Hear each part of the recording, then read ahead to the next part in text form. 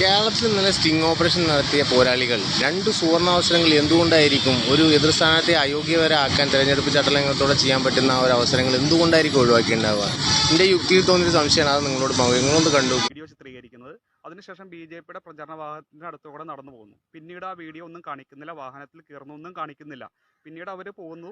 ഇതേ വെള്ള വസ്ത്രം ധരിച്ച സ്ത്രീയാണ് ഇപ്പൊ അമ്മയുടെ കയ്യിൽ നിന്ന് ആ വണ്ടി അങ്ങനെ നടന്നു പോകുന്നത് ഷൂട്ട് ചെയ്യാൻ കഴിയുന്നുണ്ടെങ്കിൽ വണ്ടി കയറണതോ അല്ലെങ്കിൽ ആ ക്യാമ്പയിനിങ് ടീമിൻ്റെ ഒപ്പമുള്ള ആളാണെന്ന് തെളിയിക്കാൻ ഇവരെ കൊണ്ട് കഴിയില്ല എന്നാണോ നിങ്ങൾക്കെല്ലാം വിചാരിക്കുന്നത്? അല്ലല്ലോ, അതിന് വേണ്ടിയിട്ടല്ല അവർ ഇറങ്ങിയിട്ടുണ്ടായിരുന്നു. അപ്പോൾ ഈ വണ്ടി കയറിയതോ അല്ലെങ്കിൽ ആ ക്യാമ്പയിനിങ് ടീമിൻ്റെ ഒപ്പം ഈ സ്ത്രീ ഉണ്ടായിരുന്നു എന്ന് തെളിയിക്കാൻ സുഖമായിട്ട് കഴിഞ്ഞൂടെ?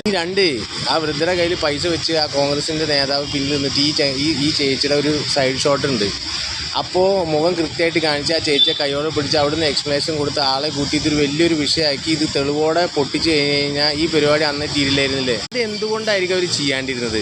വീഡിയോയിൽ വന്നവർക്ക് പറയായിരുന്നല്ലോ, തെളിവോടെ പറയായിരുന്നില്ല. അത് എന്തുകൊണ്ടായിരിക്കും ചെയ്യാണ്ടിരുന്നത്? ഇതെൻ്റെ യുക്തിയിൽ നിന്നുള്ള സംശയമാണ്. ഇതിൽ രാഷ്ട്രീയം വേറൊന്നുമില്ല, പക്ഷേ ഇതൊരു സംശയമായിട്ട് തന്നെ നിലനിൽക്കും. പിന്നെ അവർ പിന്തുടർന്ന് കാറിലുണ്ടാകുന്ന കച്ചറ എന്ന് പറയുമ്പോൾ ഈ ചേച്ചി കാർ കയറണത് അവർ ഷൂട്ട് ചെയ്തിട്ടുണ്ടായിരുന്നെങ്കിൽ ഈ ക്യാമ്പയിനിങ് ടീമിൻ്റെ ഒപ്പം അവർ മുമ്പ് ഉണ്ടായിരുന്നു എന്ന് തെളിയിച്ചിട്ടുണ്ടായിരുന്നെങ്കിൽ ഇത്രയൊന്നും കഷ്ടപ്പെടേണ്ട കാര്യമില്ലല്ലോ. ഇത്രയും ക്ലോസ് റേഞ്ചിൽ ഷോട്ട് കിട്ടിക്കഴിഞ്ഞപ്പോൾ ഏതൊരാളും ചെയ്യുന്നത് വീഡിയോ എടുത്ത് ആളെ കൂട്ടി ആകെ വർത്താനാക്കി തെളിവോടെ കൈ പിടിച്ച വീഡിയോ കൊടുക്കലാണ് മുഖത്തോടെ.